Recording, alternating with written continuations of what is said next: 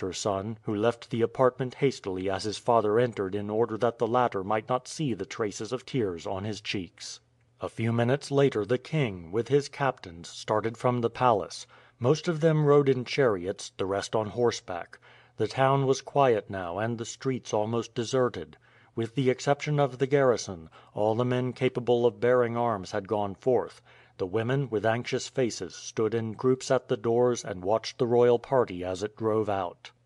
The charioteer of Amuba was a tall and powerful man. He carried a shield far larger than was ordinarily used, and had been specially selected by the king for the service. His orders were that he was not to allow Amuba to rush into the front line of fighters, and that he was even to disobey the orders of the prince if he wished to charge into the ranks of the enemy. "My son must not shirk danger," his father said, "and he must needs go well in the fight; but he is still a boy, and not fit to enter upon a hand-to-hand contest with the picked warriors of Egypt. In time I hope he will fight abreast of me, but at present you must restrain his ardor. I need not bid you shield him as well as you can from the arrows of the Egyptians. He is my eldest son, and if aught happens to me he will be the king of the Rebu, and his life is therefore a precious one." Half an hour later they came upon the tail of the stragglers making their way to the front. The king stopped his chariot and sharply reproved some of them for their delay in setting out, and urged them to hasten on to the appointed place. In 2 hours the king arrived at this spot, where already some 40,000 men were assembled. The scouts who had been sent out reported that although the advance guard of the Egyptians might arrive in an hour's time, the main body were some distance behind and would not be up in time to attack before dark. This was welcome news, for before night the rest of the forces of the Rebu, fully 30,000 more, would have joined. The king at once set out to examine the ground chosen by his general for the conflict. It sloped gently down in front to a small stream which ran through soft and marshy ground, and would oppose a formidable obstacle to the passage of chariots. The right rested upon a dense wood, while a village a mile and a half distant from the wood was held by the left wing.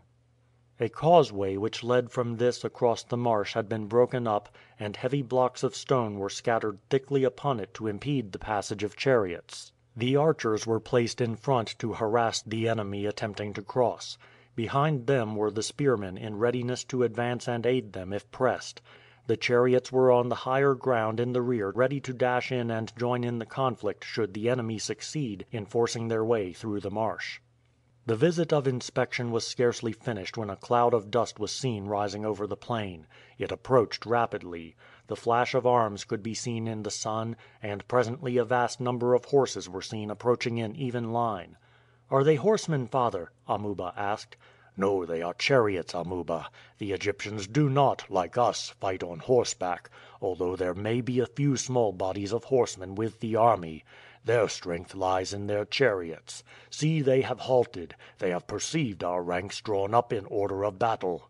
The chariots drew up in perfect line, and as the clouds of dust blew away 4 lines of chariots could be made out ranged at a distance of 100 yards apart. "There are about 1,000 in each line," the king said, "and this is but their advance guard. We have learned from fugitives that there are fully 15,000 chariots with their army." "Is there no other place where they can pass this swamp, father?" "Not so well as here, Amuba. The valley deepens further on, and the passage would be far more difficult than here. Above, beyond the wood, there is a lake of considerable extent, and beyond that the ground is broken and unsuited for the action of chariots as far as the sea. Besides, they have come to fight us, and the pride of their king would not permit of their making a detour. See, there is some great personage, probably the king himself, advancing beyond their ranks to reconnoiter the ground." A chariot was indeed approaching the opposite brow of the depression. There were 2 figures in it; by the side walked numerous figures, who, although too far off to be distinguished, were judged to be the attendants and courtiers of the king. The sun flashed from the side of the chariot, which appeared at this distance to be composed of burnished gold. Great fans carried on wands shaded the king from the heat of the sun. He drove slowly along the edge of the brow until he reached a point opposite the wood, and then, turning, went the other way till he reached the causeway which passed on through the village. After this he rode back to the line of chariots and evidently gave a word of command, for instantly the long line of figures seen above the horses disappeared as the men stepped off the chariots to the ground. No movement took place for an hour. Then there was a sudden stir, and the long lines broke up and wheeled round to the right and left, where they took their position in two solid masses.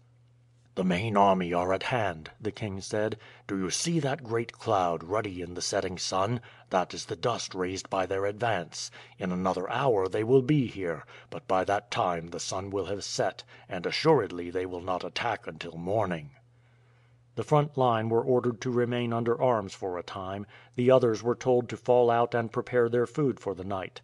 The Egyptian army halted about a mile distant, and as soon as it was evident that no further movement was intended, the whole of the soldiers were ordered to fall out. A line of archers were placed along the edge of the swamp, and ere a long party of Egyptian bowmen took up their post along the opposite crest.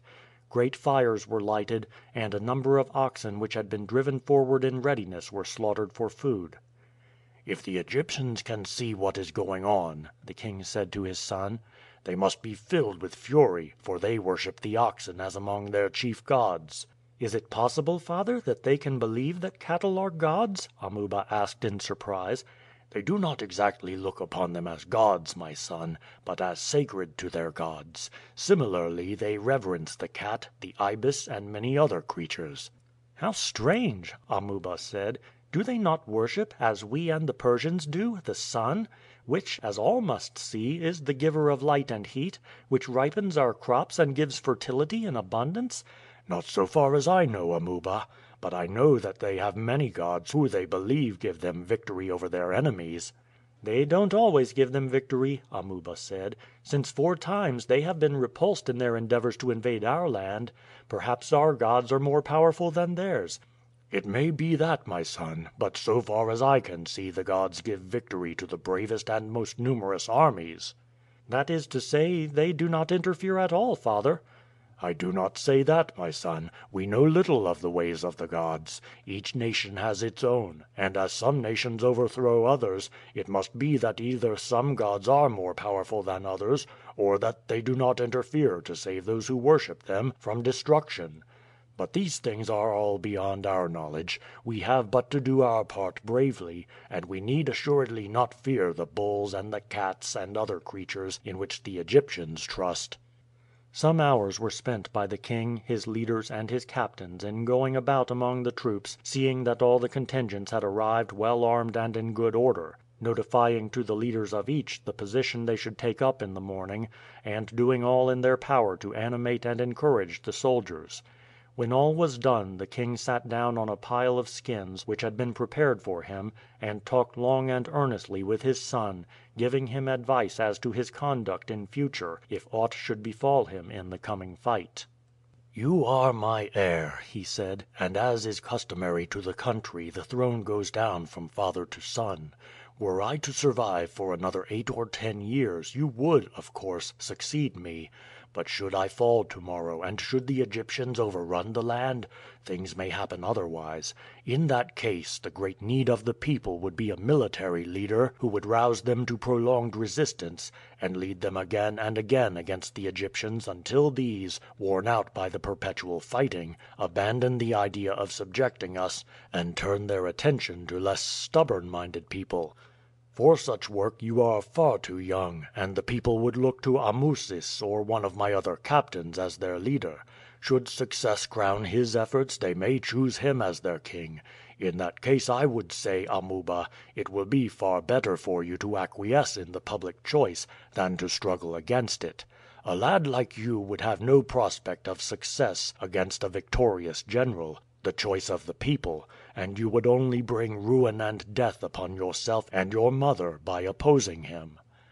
I can assure you that there is nothing so very greatly to be envied in the lot of a king, and as one of the nobles of the land your position would be far more pleasant here than as king.